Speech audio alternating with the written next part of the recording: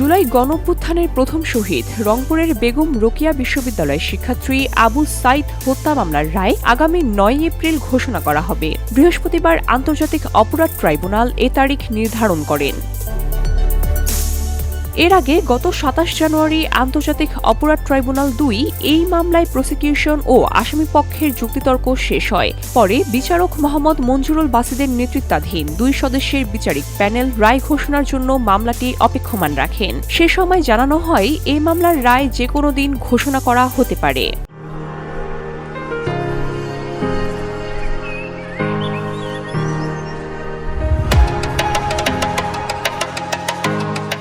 মামলায় বেগম রোকেয়া বিশ্ববিদ্যালয়ের সাবেক উপাচার্য ড হাসিবুর রশিদ সহ মোট ৩০ জনকে আসামি করা হয়েছে। তাদের মধ্যে ৪ জন শিক্ষক রয়েছেন। এছাড়া রংপুর মেট্রোপলিটন পুলিশের সাবেক কমিশনার মনিরুজ্জামান সহ ৮ জন পুলিশ সদস্য এবং ছাত্রলীগের নেতাকর্মী ও বিশ্ববিদ্যালয়ের কর্মকর্তা কর্মচারীরাও এই মামলার আসামি। আসামিদের মধ্যে বর্তমানে ৬ জন গ্রেফতার রয়েছেন এবং পলাতক রয়েছেন ২৪ জন। প্রসিকিউশন পক্ষের দাবি, আসামিদের বিরুদ্ধে উপস্থাপিত তথ্য প্রমাণের মাধ্যমে অপরাধ প্রমাণ করতে তারা সক্ষম হয়েছেন। অন্যদিকে আসামি পক্ষ বলছে, অভিযোগ প্রমাণে উপস্থাপিত তথ্য প্রমাণ যথেষ্ট নয়।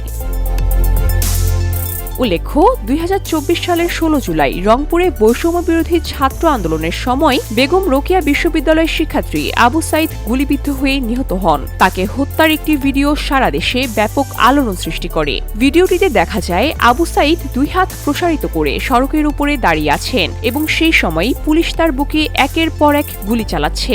এই হত্যাকাণ্ড আন্দোলনের মোড় ঘুরিয়ে দেয় এবং সারা দেশে তীব্র ক্ষোভের সৃষ্টি করে।